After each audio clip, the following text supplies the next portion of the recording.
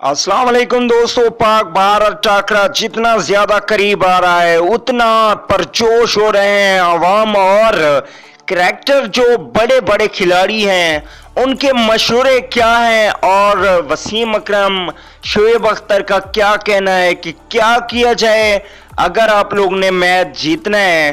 तो इस बात से मुकम्मल आप लोगों को इस वीडियो में आगाह करेंगे, तो हमेशा की तरह इस वीडियो को एंड तक देखिए ताकि आपको मुकम्मल तफसील से आगाह किया जाए।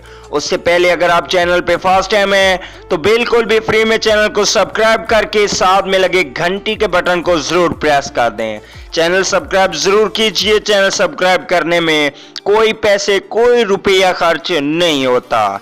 चलिए दोस्तों, बगैर कोई आपका कीमती वक्त ज़ाया किए आपको अहम तरीन बातों से आगाह करते हैं कि 16 जून 2019 को ठीक दिन के 2:30 बजे पाक भारत टाकरा होगा, जिसकी टिकटें डबल पैसों में बिक चुकी हैं।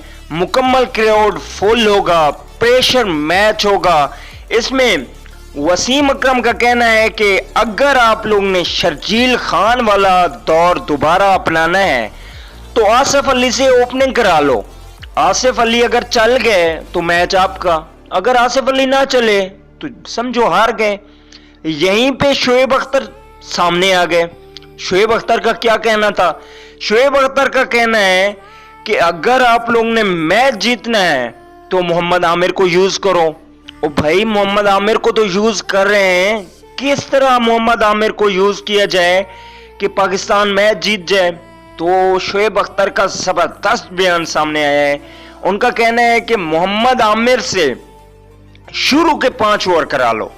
शुरू में मोहम्मद आमिर से 5 ओवर करा लो। मोहम्मद आमिर ने अगर 3-4 विकेटें आपको लेकर दे दी, शुरू में प्रेशर डाल दो इंडिया टीम पे, मैच आपका हो जाएगा। तो यहीं पे वसीम अकरम का कहना है कि मेरी बात मानो और आसिफ अली से ओपनिंग करा लो। तो दोस्तों, कमेंट करके जरूर बताइएगा कि किस की बात पे आप यकीन करते हैं कि आसिफ अली से ओपनिंग करानी चाहिए या मोहम्मद आमिर से ज्यादा बॉलिंग। अगली वीडियो तक के लिए इजाजत दीजिए।